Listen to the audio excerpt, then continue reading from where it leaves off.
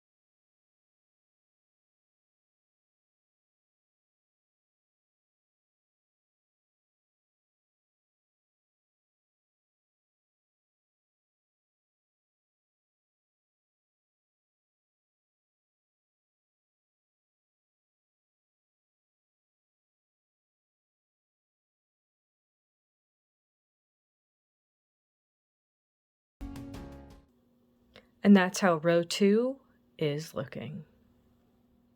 You would now repeat row 2 for however long you want your project. And that is going to be how to make the extended single crochet ribbing. Thank you guys so much for watching this video. Please like and subscribe for more from me. You can follow me on all social media at crochetmelovely, all one word.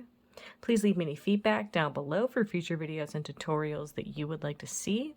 Thank you guys so much for being here and have a great day.